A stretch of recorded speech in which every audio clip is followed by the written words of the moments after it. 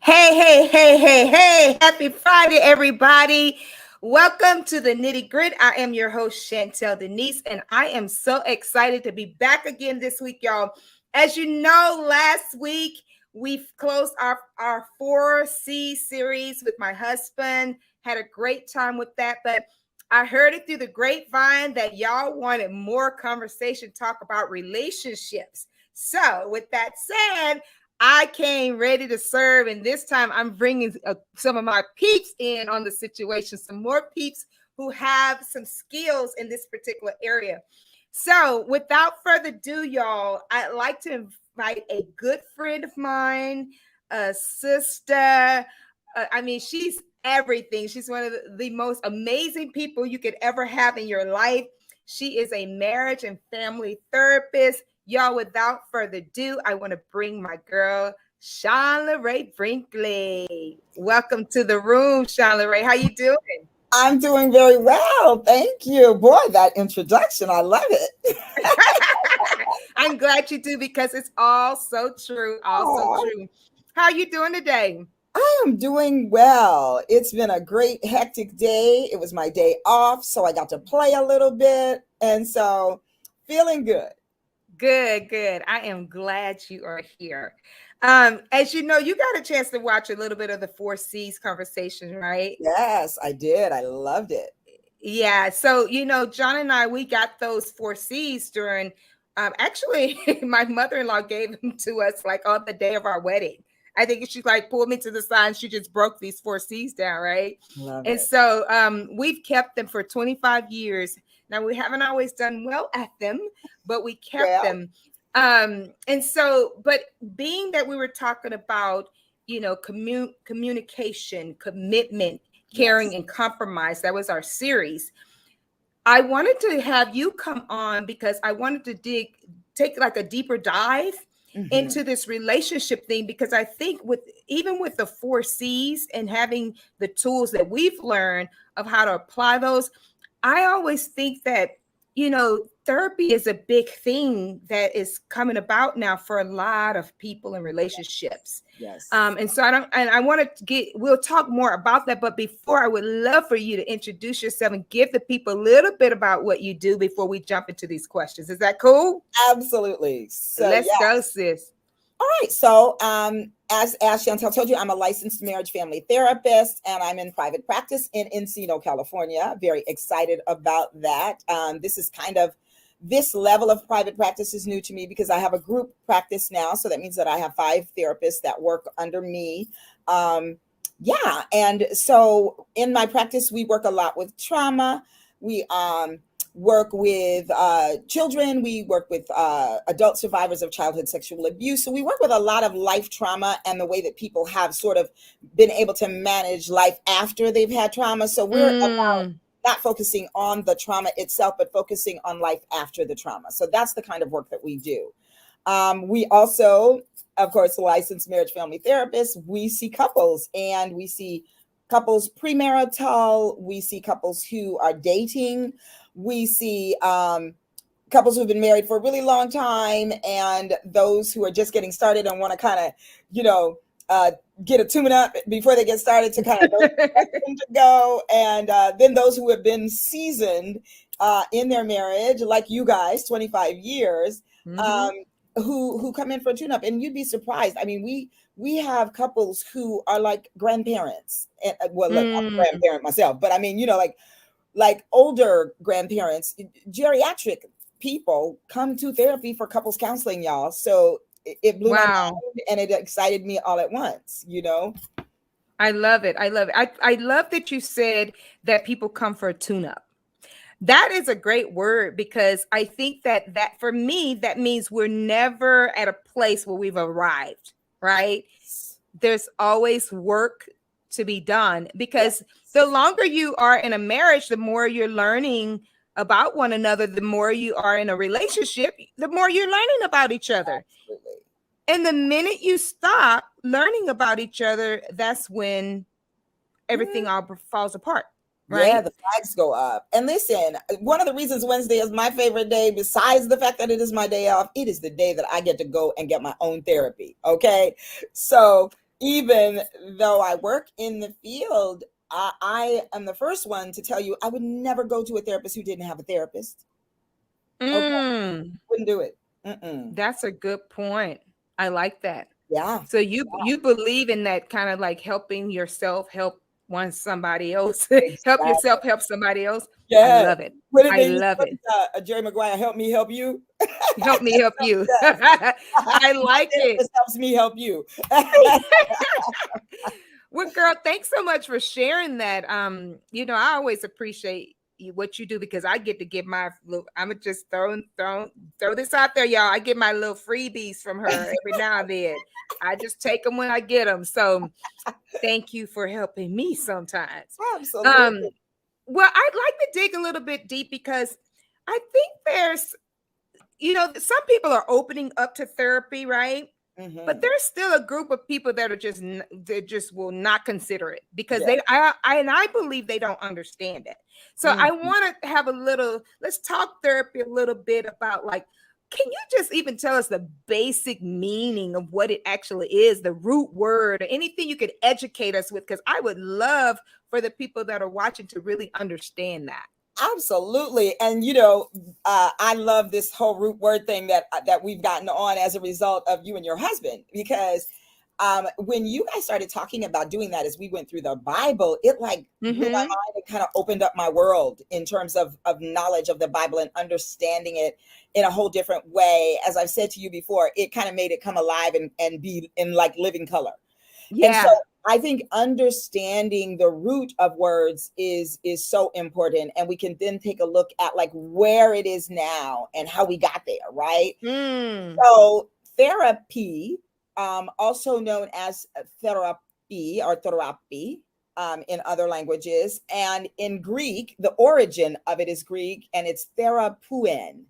So it means Mm. to minister to or to treat medically. And I'll Ooh. give you more about that in a few minutes. Then the Greek is also therapia, and that means healing. So already we've got minister to treat, and then the result of that treatment is healing. Wow. Yes, Wow. So yes. it's almost like a destination, like you're going Ooh, somewhere. yes, exactly. Mm, And, and mm, and it's even more so. It is a journey. mm. It is I not a love it. destination per se, because, like you said, we can always use tune-ups. We've never arrived. Got you. Got you. When Yeah, I'm talking about destination, is that you're actually arriving to something that you're you're working going. on. You're going somewhere. Yeah. You're Absolutely. going. I love that. Yes. Mm. And So I it's love, oh, go ahead. no, I say I love the whole journey aspect of it too, Yes. because we haven't arrived. Yes, I know absolutely. I haven't. Okay. Now, other words that I loved when they talking about like the meaning is curing, healing, service Mm. done to the sick, and then Ooh. awaiting on service. Now look at that. Mm. And then to treat medically or cure, it's to attend to do a service, to take care of. And so all of those things, when you look at them and put them all together, kind of sum up what it is. Because back in early 18, and let's see, I get the centuries mixed up, I think it's in like the 18th or 19th century. Mm-hmm. That's like even before like Freud.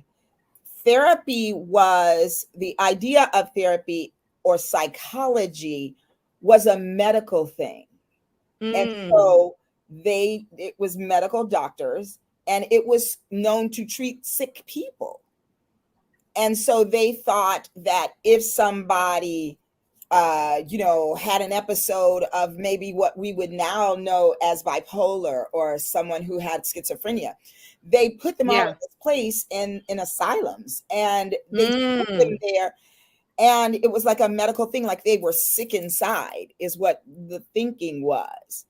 And so as evolving, over the time of evolving, they started to recognize that the sickness or the issue was in the mind. And Mm. so then Freud came along and started the whole idea of talk therapy, because before it was a medical situation. Now it's turning over to psychiatrists who are still medical doctors, but they're medical doctors of the mind. And so as Got they you. started to work Freud is the one that said it's the stuff that happened before. The stuff that happened to you makes you act out in the way that you do. So, Freud had some stuff going on about, past sexual stuff and all of that, which he was something else. Yeah. Like, maybe not so much, but still he is known as the father of psychology. Yeah. I know. So it's his ideas that these things that happen to you cause you to respond in this way. Which is all about what Oprah's book and Dr. Bruce Perryman is about. What happened to you? Yeah, and I think with that he's right on, because you and I, we're living witnesses of things that happen to us, like the fact that you actually work in trauma. Yeah, because things happen to us and we respond or react to them or behave, shall I say? Yes. So yeah, I totally agree with that concept. Yeah. Now, one other thing, you mentioned the word behave. So after Freud came these people, they were called behaviorists, and the behaviorists believed that it was totally physical, that it was a physical, and it was about the physiology and not the psychology. They didn't believe it had anything to do with the mind.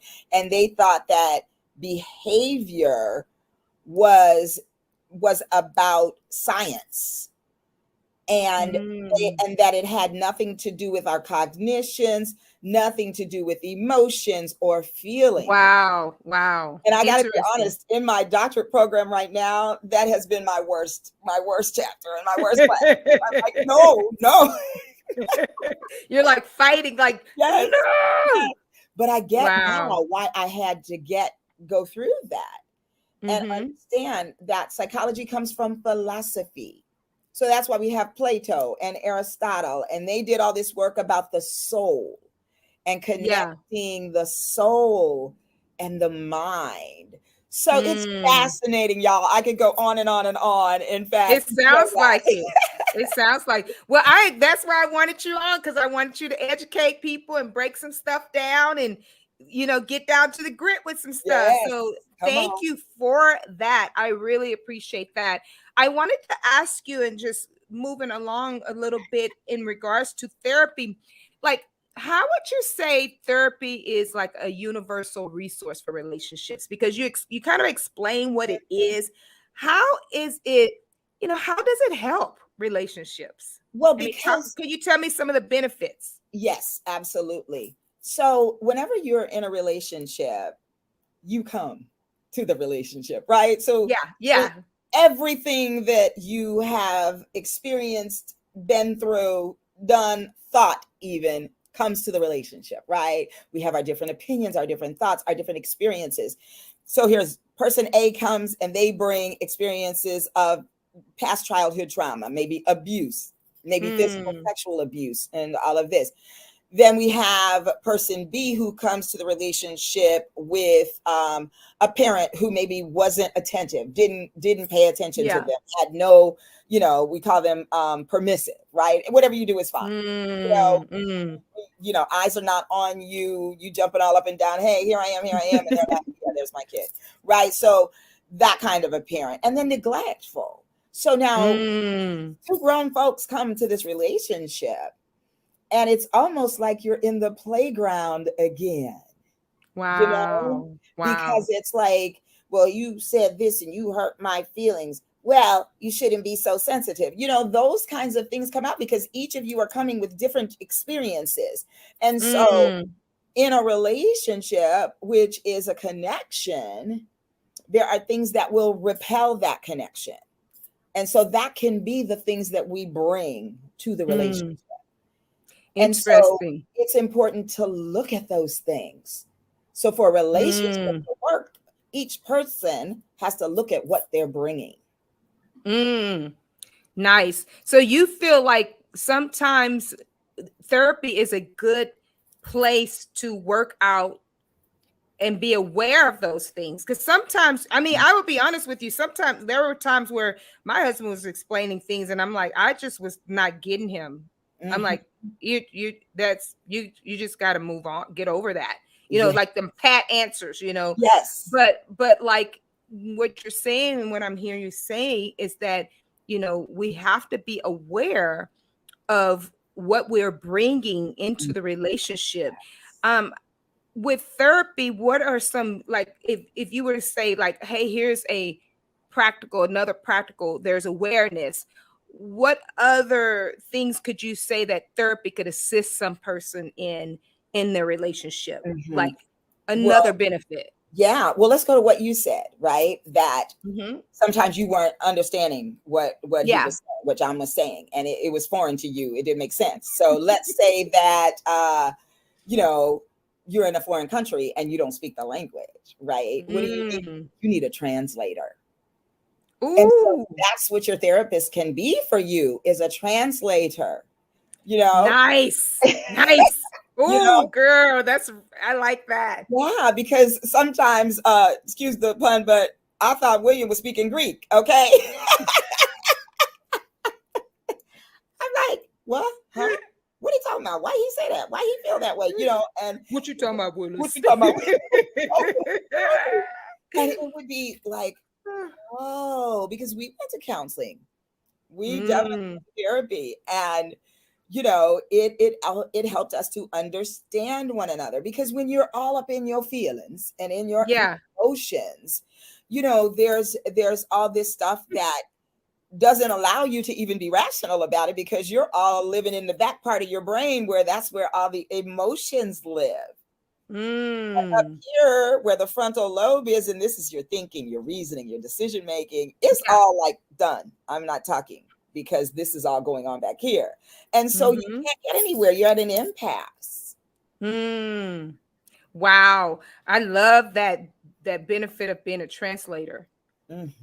Lady, you just hit that one. Y'all hear that? Okay, y'all getting what she's dropping down? Write that stuff down.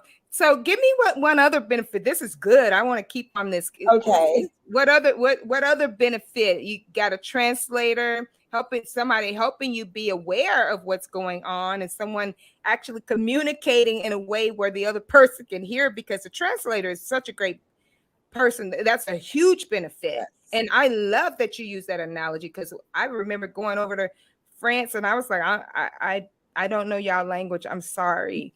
And they were not happy with me over there. They don't like that at all. So so give me another benefit. Like, I just want people to really grab at this, because I think there's been a misconception about what therapy offers. Oh, absolutely, Chantel. Absolutely. So another benefit is that therapy allows you to look at the other person's point of view, which is very different from understanding their language, right? You just, I don't know what you're talking about. But now I'm going to look at your point of view. But when I'm all up in my feelings, again, I'm not thinking about your point of view. I'm trying to get my point across. So when you're so busy trying to get your point across, you miss what might have been a valuable nugget that your partner put out there, right? But so a therapist kind of is like a referee as well, because they're in the middle and they're saying, okay, so hold on, let's explore what so and so said, and how in a game, if what comes to mind for me is like wrestling, right?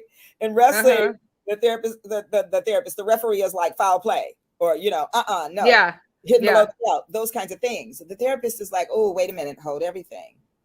Let's see how we can reframe that. Can you say that a different way? Because I don't think your partner is feeling good about the way you just said that. Wow. Ooh. Good. Referee. Yeah. I would have, I mean, I've personally had therapy and been in therapy, but I would have never looked at the aspect of a referee. I like that. I like that, because it's so true, because sometimes you need that person who's going to help you rephrase things, because we don't always come to the table saying things that are beneficial. Even in the name of telling the truth or speaking the truth, it Yes. would not be beneficial at that time. And Yes. so a referee can actually help you. So I love the Wow. aspect of the therapist being that. Yes. Good stuff, lady. Good stuff. Well, you know, you said one thing real quick that came to mind when you said, when you speak the truth, all in the name of speaking the truth. And, you know, as Christians, we're supposed to speak the truth in love, right? Yes. You can be in love with somebody and not speak the truth in love to them. And so that's what's important. And you can, and sometimes you can do it and say it in the name of love, you know, and those kinds of things. It's like, I want to help you. But you know as well as I that Harold and Helen say that criticism has no place in a relationship.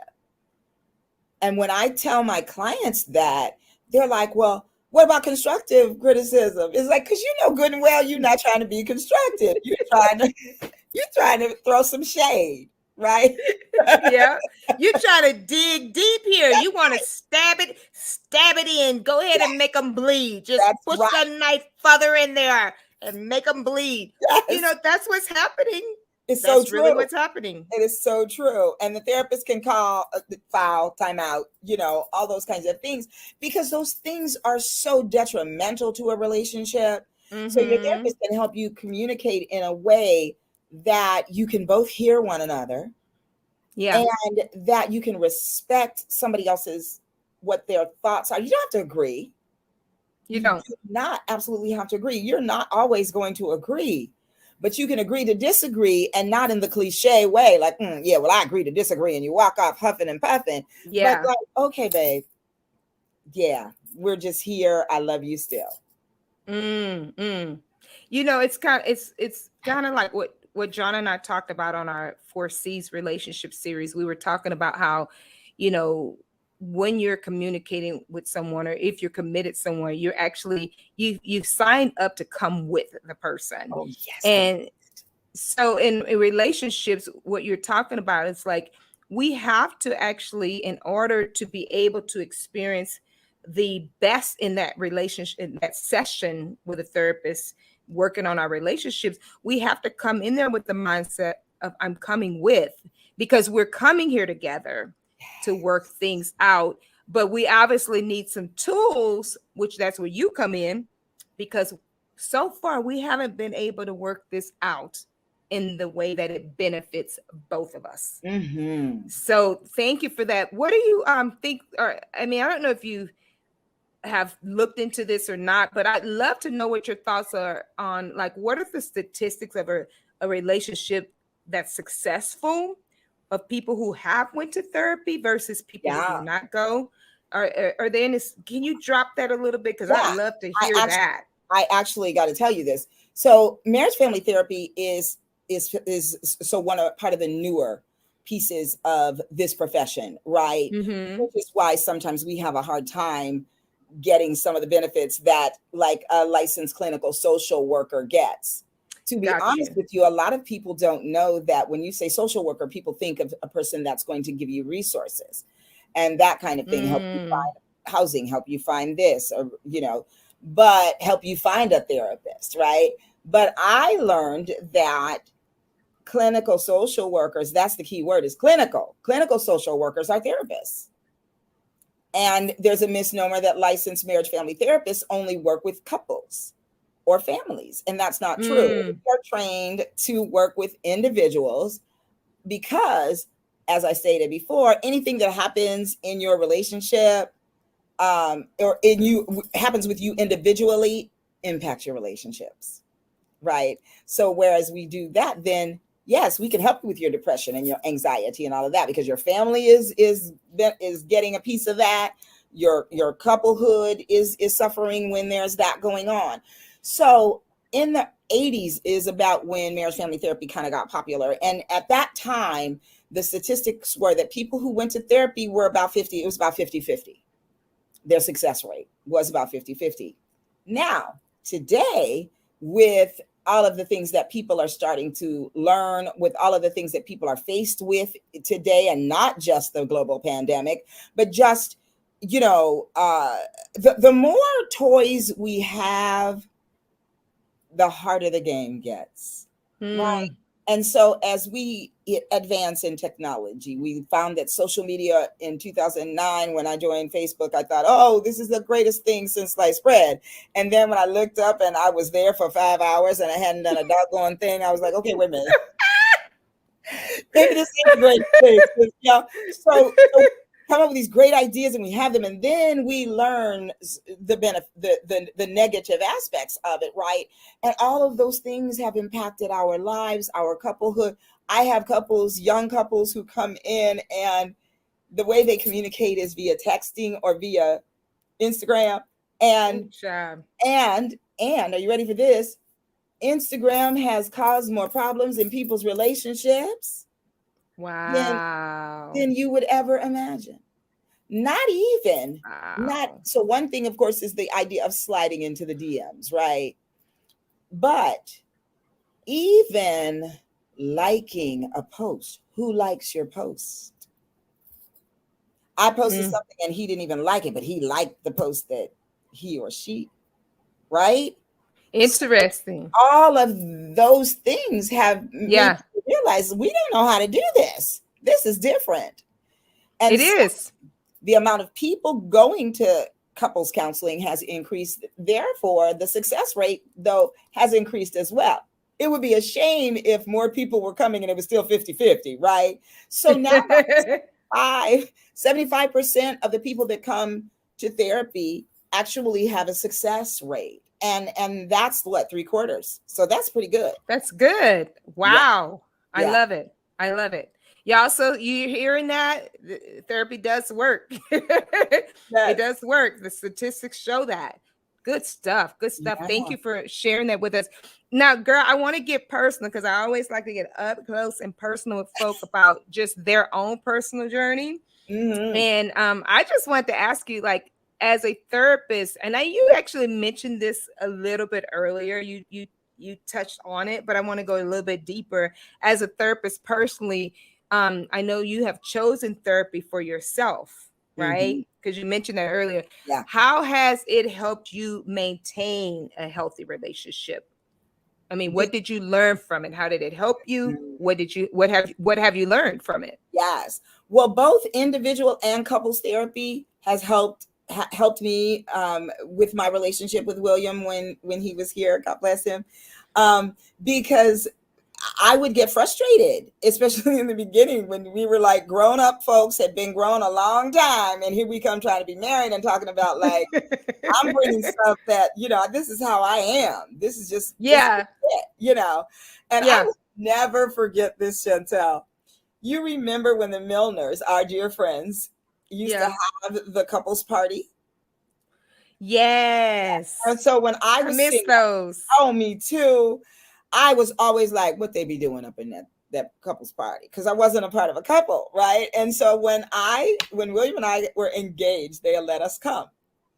And so one of the things, because mind you, y'all, I came into the relationship a spoiled brat, full transparency. A spoiled brat over 40, right? And so I was real entrenched in that spoiled brattedness. In fact, on my first date with my husband, was my husband at the time, our first date, within 20 minutes, he peeped me out. He called me. He said, so you're quite the spoiled brat now, aren't you, Miss Williams? And I was like, I remember you telling me that. I love it. How does he know? And then I was like, own it or get mad. I'm gonna own it. So I said, so I've been told. So he came in fully aware. But at that event, one of the things that was so funny, somebody said something about like being a partner and helping or whatever. And I said, well, I am never taking out the garbage with the whole neck. And girl, I remember you guys looking at each other, looking at me and laughing. And Kim said, William, don't worry, we haven't finished working on her yet. So it's like you came to the wrong party, honey, with all that. It's totally 100%. Well, y'all, I did end up taking out the garbage every now and then. But here's the key. As I was willing, I never had too much. You know what I mean? And so that's the thing that when I came into the relationship, I had to learn how to get out of my own way. And how to let go of all this me space that I was taken up in a room Woo, and in the world, woo, right? And woo. was quite happy doing so, right? But now you are a partnership. So what somebody else thinks matters. How someone else feels matters. What Say that someone else again, wants to girl. do matters. And I got to tell y'all, get a therapist, but also have some real good peeps in your life who will call you out on your stinky, stinky mess. Because I remember these things so distinctly. Going to John's birthday party, John's 40th. And I had not danced with William ever. And so I was not going to dance with him because he wouldn't practice with me.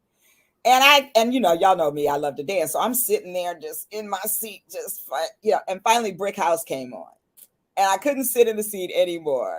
Got up to dance with William, and lo and behold, the brother could dance. And I was in heaven, just loving it. We were dancing, and then William wanted to go home, and the party wasn't over yet. And I'm shut it down, girl. And I remember telling you are, hey, girl, y'all can take me home. And y'all looked at me and said, go home with your man. I was like, what? I can't even remember what we told you, but yeah. I was like, really? What? But go home. So that was another thing that I had to learn. And it took the therapist to help me see it along with my friends. We went into counseling once, and, William was big on housekeeping. He wanted that house clean. And I remember I had a housekeeper before him. Okay. So now here we are.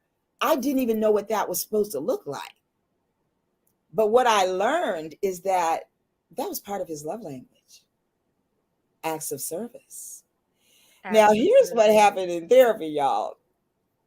And this was great. And sometimes all you need is somebody to release you from your own stuff. And then you can come alongside. Because when we were in therapy, the therapist asked me, well, what are some of the things that made you fall in love with William? And I was like, oh, he was kind, he's funny, he's this, he's that, all the great things. And then she said, I didn't hear, what did she say to me? I didn't hear you say that he was, what was it? Oh, I can't remember. I think it has something to do with like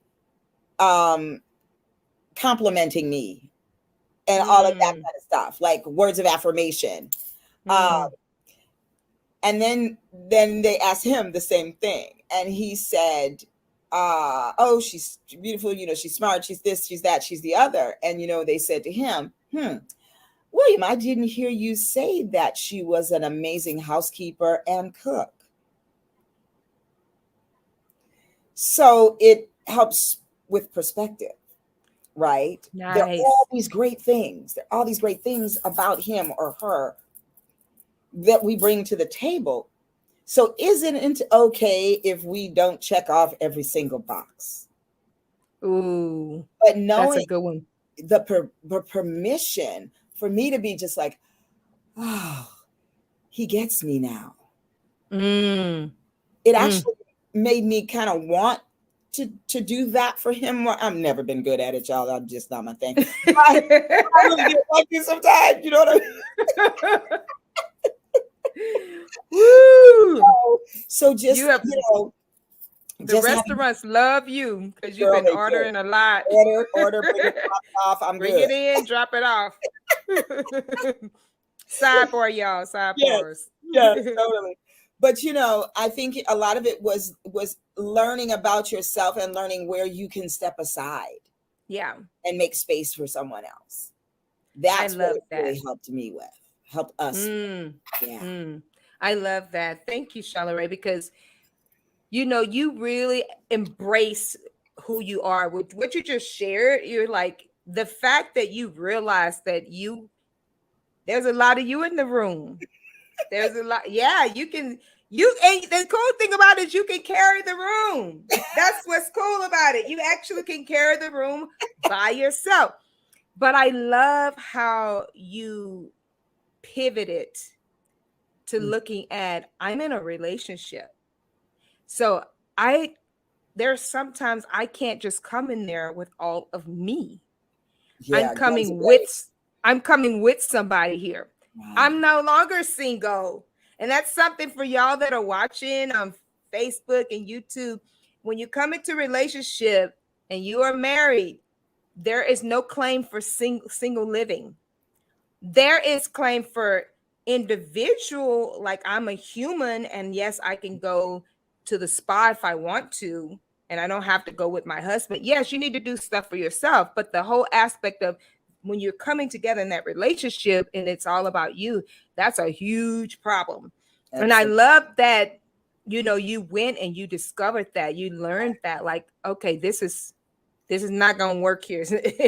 It's got some shifts got to change. And I gotta so get out the way. I appreciate you saying I got to get out the way. And that's humility, because a lot of people sometimes don't realize that. And that's why sometimes a therapist is good, because a therapist can help you get in touch with that. I always say, whenever I hear people talking, that saying I in a relationship, period, whether it's a husband, whether it's a dating, whether it's with your friend, if the conversation that you're in and I is always dropped, well, I was planning on doing this, and I wanted to do this, and I like this, and I did this.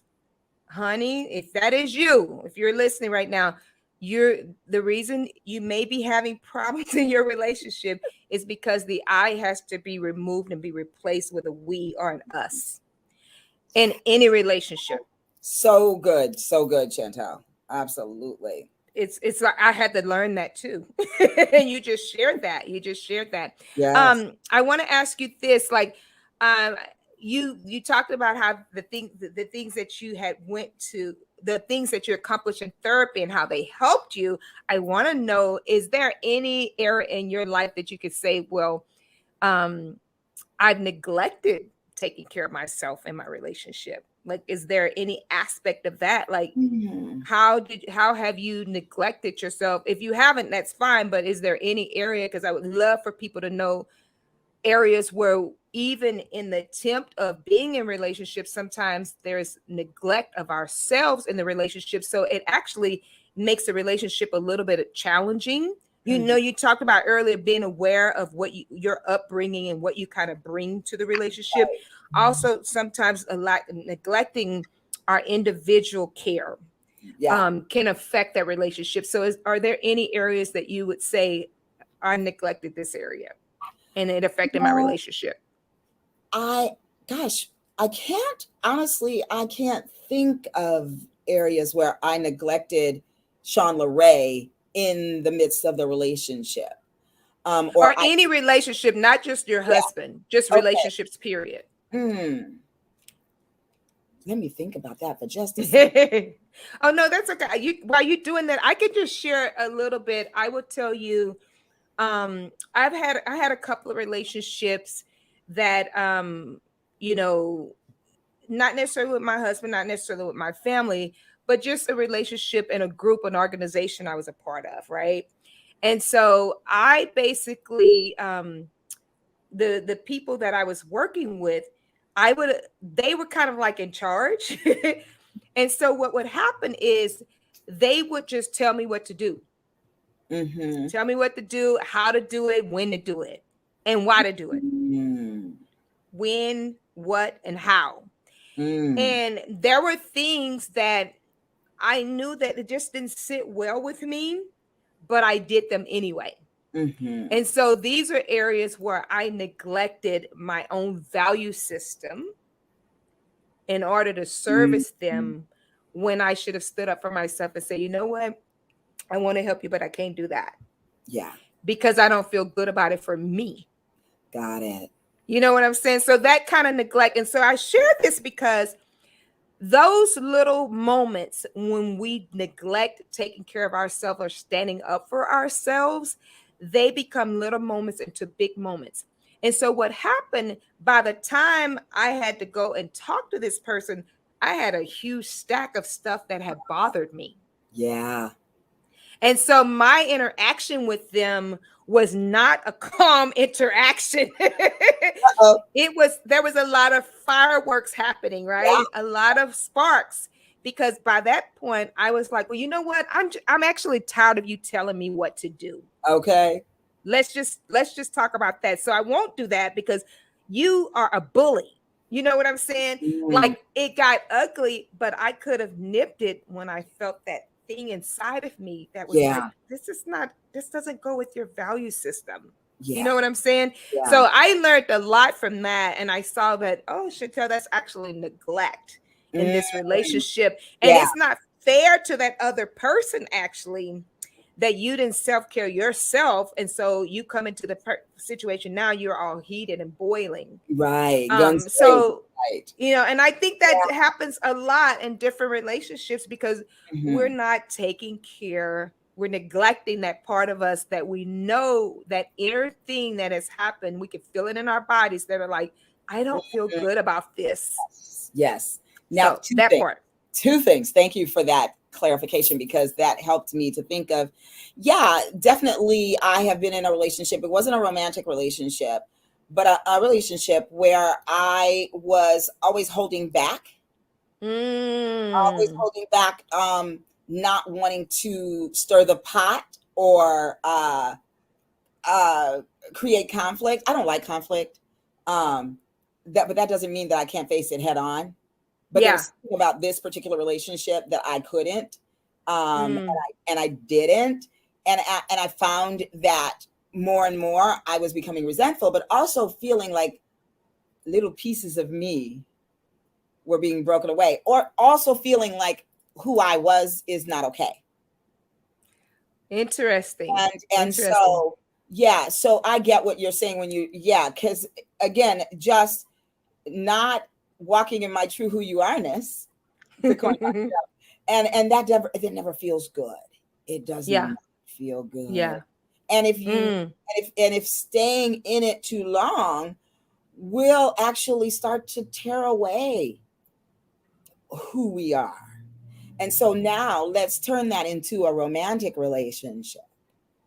Mm. That's a form of being unequally yoked that is outside of the biblical meaning of that, because you are not with someone who brings out the best in you. And that's what, when a relationship is firing on all cylinders, that's what's happening.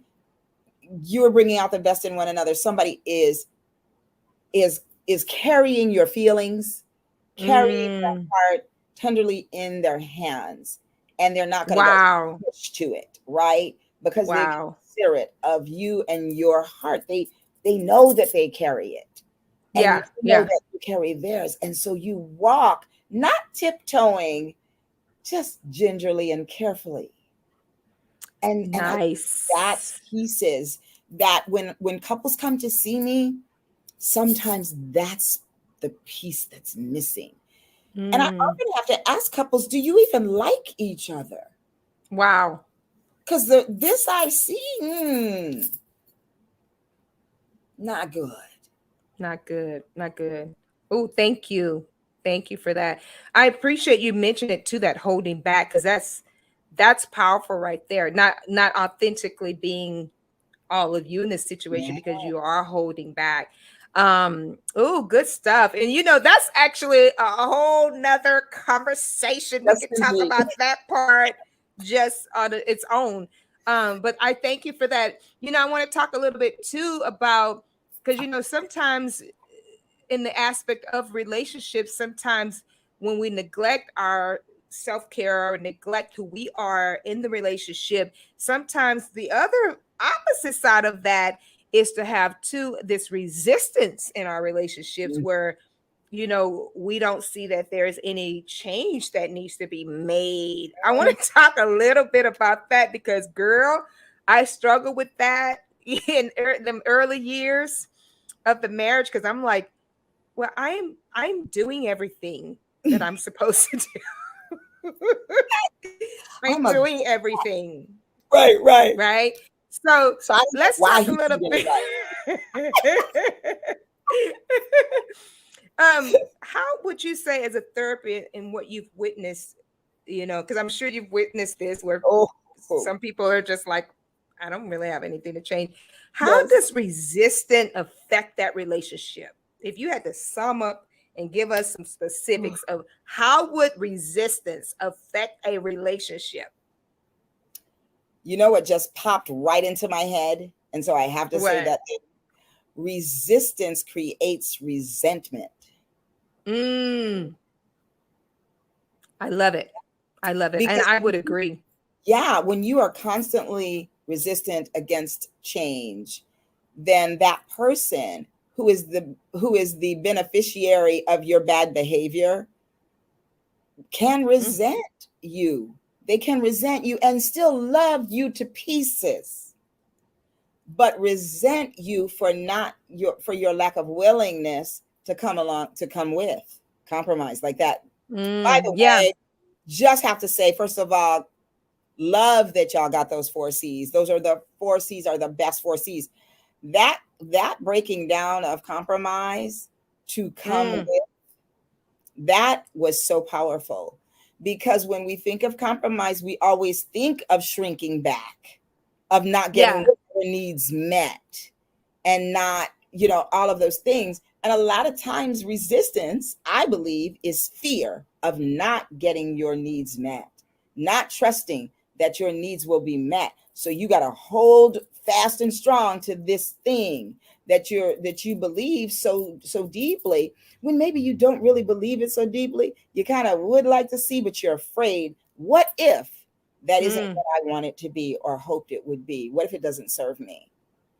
And And if that's a good word you're mentioning too, because that whole thing, it's a new wave, because right, I don't remember us talking about stuff not serving us in the 80s no. or in early 90s, right? Mm-mm.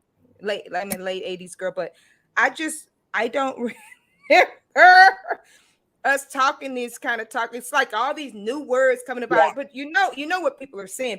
I've said it, I'm gonna just be honest, y'all. I've said, if it doesn't serve me, I don't want it. Now, here's the thing: when it comes to overindulging and eating so much chocolate where I got diabetes, it doesn't serve me, and I Right. shouldn't have it. I shouldn't have it. But when we're using that with people, y'all, in relationships, you got to really ask yourself, what are you saying when you say that? And what are you not embracing about you Mm-hmm. in that particular situation? Because if you're in a relationship where someone has been treating you bad and you're like, well, he not serving me and I can't have that, that the first thing you got to look at, and I'm just going to say this real quick, Charlotte, because the Lord has put it on my heart. Please But say it. you gotta look at, I'm being real right now. I'm getting to the grit on this. If the person is not serving you anymore, what happened in that relationship? What changed for you? What changed for them? Also, if they've always been like this, and a person has been a certain way in your life, if you have accepted and tolerated foolishness in your relationship year after year, and y'all know, ladies, Okay. y'all know when a guy is running game. You can spot Yes. it. You can spot it all. But I think some of us, and I have done this in the past, we have tolerated things and allowed things for so long, and then we get to this point where we're like, oh, well, it doesn't serve me anymore. It wasn't serving you from the beginning, Woo! because Woo! because you knew that person was not right for Right. you. And Right. so I just that word, I think we just got to be very careful about when we're presenting it, if it's like almost a resistance Mm-hmm. to change for ourselves, because it takes two to tangle in a relationship. It Right. really, really does. And I'm not, and as I stated on my other 4 C's, there are some situations that are just horrible, y'all. Mhm. There's a lot of stuff that are grounds for, and there's biblical grounds for divorce in certain areas, like, infidelity and all of that kind of Mhm. stuff. And we know this, right, as Christians. But I know that there are things out there where people are having a hard time. I'm really talking about those situations where people are just all into themselves. They're taking up the space now. It's like, and some of it is because they've tolerated things for so long, and they're sick of being mistreated. And I get that, y'all. But Right. there's a healthy way to do it. There's a healthy way, and that's why we're having therapy talk tonight, because some of us need that, y'all. I needed it. I had to turn myself in. I needed it. So, what Shawn LaRe and I are talking about tonight, I mean, some of this stuff deserves its own room and space to have a deeper dive in. Yeah. But I just wanted to just present that a little bit, because I know that I have been guilty of that in the past, of, saying these things because I'm fed up at this point in my life, but I haven't taken responsibility for how I've lived my life and my relationships. I love that. So, Chantel, that brings me to the statement that I often make. And I have a client who has said, they saw red flags. But no, they said, well, it wasn't a red flag, it was a pink flag. And I don't care if it was purple, it was a flag. Like, wait a minute. No, it was not a pink flag. It was a red flag, and you were looking at it through rose-colored glasses. Okay, so interesting. There are not good point. Degrees, right? So it's like, but you saw that coming. Yeah, you saw the truck. You didn't get out the way. Right. And so it is, and it takes me to what you always talk about. Our worth. Yes. Do you believe that this is all you deserve? Do you believe that this is as good as it gets? Do you believe that any man is better than no man at all? And those are the kinds of things that get us caught up into situations that do not serve us from the very beginning. And you should not be eating up from that plate at all. It's poison. You do that, now here you are, you got a tummy ache. Oh, girl. You got a tummy ache, and ain't no amount of him that's going to fix it. And the more you dig in, the worse it gets. Yeah. You gotta go see the good doctor. Stuff, Shawn LaRe. Good stuff. You gotta leave it, and it has to do, I think, that with people owning their need for individual therapy before coming to a relationship. Good because point. what happened to you? I think a large that's part. A great book, by the way. Oh my great goodness, book. Yes, it is. Great book. I kind of feel like I get like a lot of, when I became a Christian, started studying the Bible with women, that's when I really got grateful for my daddy. I became even more grateful for my daddy, because my daddy taught me game, no game, right? My dad, the way that my dad nurtured me and taught me about my value as a young woman, as a little girl, all the way through as a young woman. My dad went to battle for me against the schools when they were fussing at me because I had ADHD and was all over the place. My dad went to battle for me. My mom and dad, they went to battle for me. Nice. People didn't have that. And when you don't have that, then you don't know how to battle for yourself. That's a great point. You don't know that you don't have to take that nonsense. You don't know that you're the prize. You're the prize. My dad used to tell me that all the time. You're the prize, honey. Tell the boys the highway or the highway. Caused me a little I had to get it on straight. Like I had to temper that all the time. But he taught you well, honey. Yes. And I get that so much. It's such a gift, which is also why I'm so passionate about helping women in their couplehood. I love it. Thank the Lord for women like you who, and the cool thing is you had an example of it. I didn't grow up with a dad, so I didn't have that example, so I appreciate you even sharing that too, because our roots and how we were brought up, some of that stuff is carrying over to how we allow ourselves to be treated. Absolutely. Or what we do and how we respond or react. I absolutely love all that you're dropping, because this is really, really good stuff. And so, y'all, we almost at our time, but girl, we can continue to go on and on and on. Thank you. But I just appreciate you coming on, because I think this discussion needs to happen. As we have been talking about relationships, but there's so much more that we could talk about, y'all.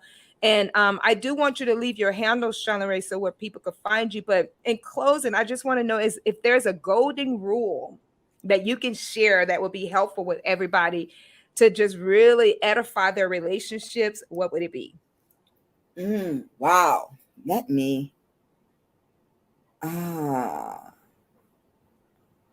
Anything, because you always usually have you didn't pull it out the bag tonight. Yeah.